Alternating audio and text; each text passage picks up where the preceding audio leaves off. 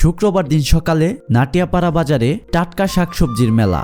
কেমন লাগলো সকাল সকাল বাজার করে দেখাবো আজকের ভিডিওতে। হ্যালো এভরিওয়ান, আসসালামু আলাইকুম। শুক্রবার দিন সকাল 9টার দিকে বের হয়ে পড়ি বাজার করার জন্য। যেহেতু সারা রাত বৃষ্টি হয়েছে তাই সকালের ওয়েদারটা অনেক ঠান্ডা ঠান্ডা ছিল। তাই এই সুন্দর পরিবেশে সকাল সকাল হাঁটতে হাঁটতে চলে যাই নাটিয়াপাড়া বাজারে। প্রথমে আসি বাজারের প্রাইমারি স্কুলের মাঠে। এখানে প্রতিদিন সকালে দুধের বাজার বসে, তবে আজকে বৃষ্টি থাকার কারণে দুধের বাজার সকালেই শেষ হয়ে গেছে। আমরা এসেছিলাম 10টায়, তাই কোনো দুধ পেলাম না। এরপর প্রবেশ করি মূল বাজারের ভিতরে। প্রথমে চলে যাই মাছ বাজারে। মাছ বাজারে এসে প্রথমে এতগুলো মাছ থেকে পছন্দের পাঙ্কাশটায় দাম করি। দাম বনিয়ে মাছটি মাপতে বলি এবং ওজন করা শেষ হলে মাছটি কিনে নেই। মাছ কেনা শেষে বাজার ঘুরে ঘুরে আরো কয়েক প্রকারের মাছ দেখলাম, তবে কোনো প্রকারের মাছই পছন্দ হলো না। এরপর মাছ বাজারের সামনে দেখলাম ইচা মাছ এবং বোয়াল মাছ সহ আরো কয়েক প্রকারের ছোট মাছ উঠেছে, তবে ইচা মাছ ছোট মাছ দিয়ে ভাঞ্জানো। তবুও মাছ দাম করলাম, কিন্তু মাছের দাম অনেক বেশি। মা বলেছিল শুধু ছোট ছোট ইচা মাছ নিতে, কিন্তু এখানে ভাঞ্জানো ইচা মাছ দেখে আর নিলাম না। এরপর বাজারে ঘুরতে ঘুরতে মনে হলো লাল শাক নেই, অনেকদিন হলো লাল শাক খাই না। এরপর এক দোকানে লাল শাক দাম করলাম, কিন্তু এক দামের দোকান হওয়াতে দাম বললো না। এরপর আমাদের গ্রামের সাইম ভাইদের দোকান থেকে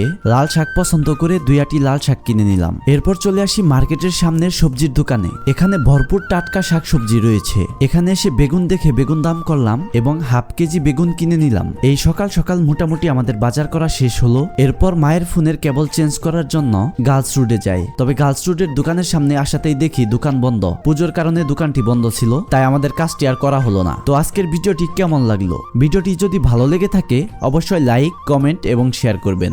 ধন্যবাদ।